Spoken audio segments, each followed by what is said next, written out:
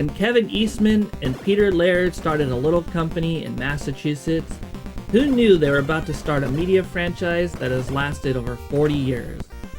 From comic books, TV shows, video games, movies, and toys, the Teenage Mutant Ninja Turtles have captivated fans of many generations and started the trend of anthropomorphic animals who kicked ass from the 80s through the 90s. And when my cousin and uncle introduced me to the Heroes in a Half Shell, I was instantly hooked. And the thing that started it all? TMNT 2, the arcade game, the Nintendo Port Edition.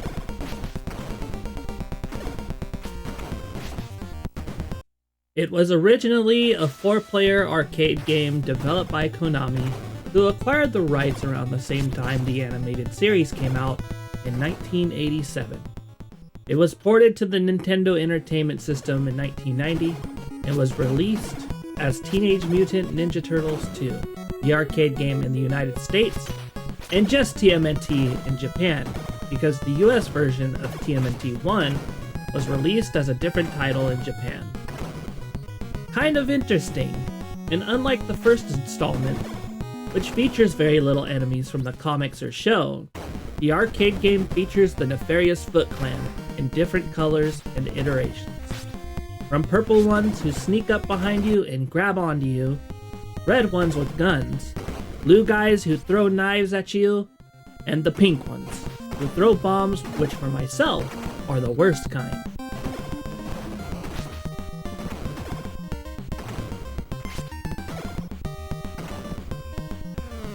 This game is your standard beat 'em up, and one that I look back on with fond memory.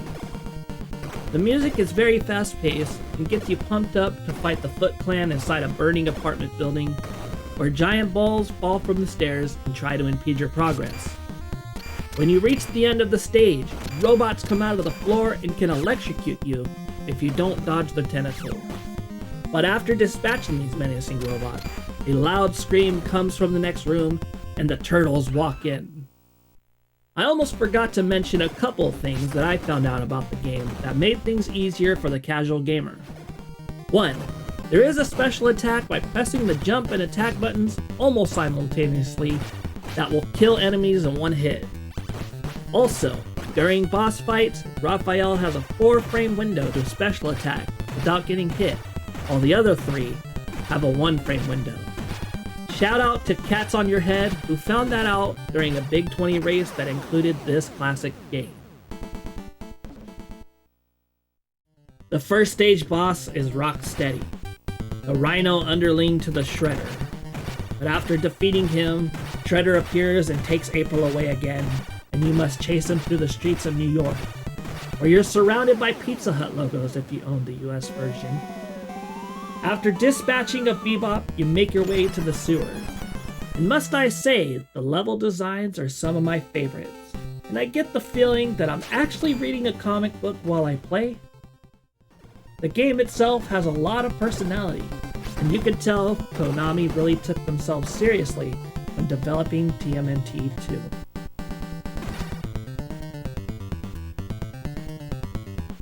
The NES port offers 2 new levels.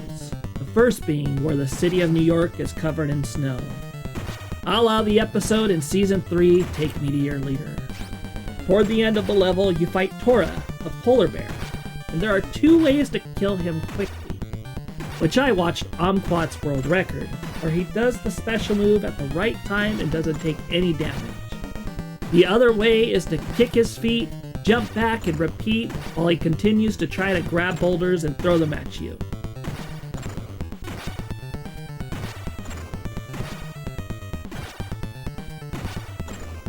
Every boss offers their own challenges, but Baxter Stockman, former inventor and flunky to the Shredder, is perhaps the most fun and easiest boss.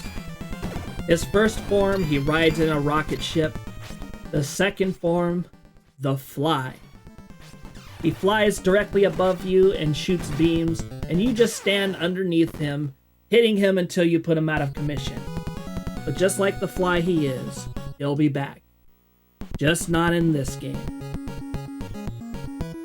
Perhaps one of my favorite levels is the one where you ride around on a skateboard, fighting foot soldiers, planes, and other things, before getting into the turtle van as it crashes into a bridge and Mousers make off with Splinter.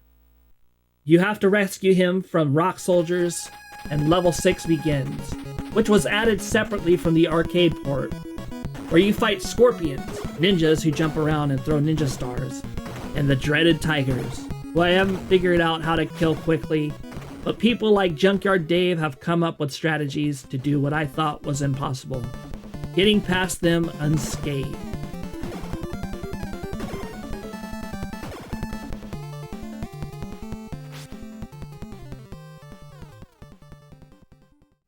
Luckily for yourself and I, there are health pickups in the form of pizza that are scattered throughout the game, but they're scarce, and the only way to gain extra lives is to get increments of 200 points.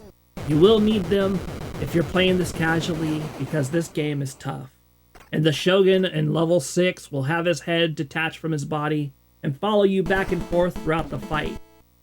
But once you beat him, you make your way to the Technodrome, and the boss rush begins.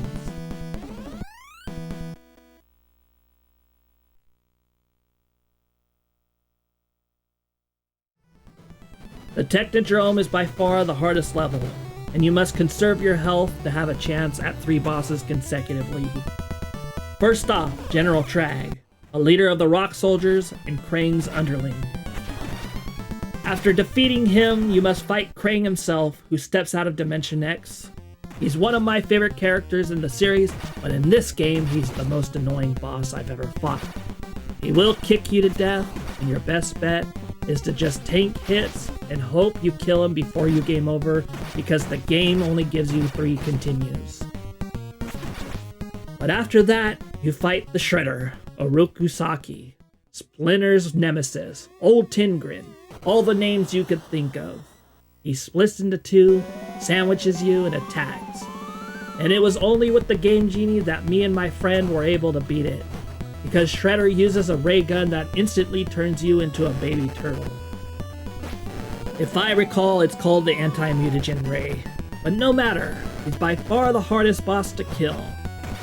Unless you know a strategy that Junkyard Dave dubbed the Shredder Quick Kill, and people like Anquat, Skunky, Pika, and West Point Steve, the best TMNT speedrunners, use to optimize their runs. You stand close to the middle line and move back and forth where the Anti-Mutagen Ray can't hit you, and jump kick the crap out of the old Metal Mouth until he goes down, and you get a congratulatory message and the credits roll.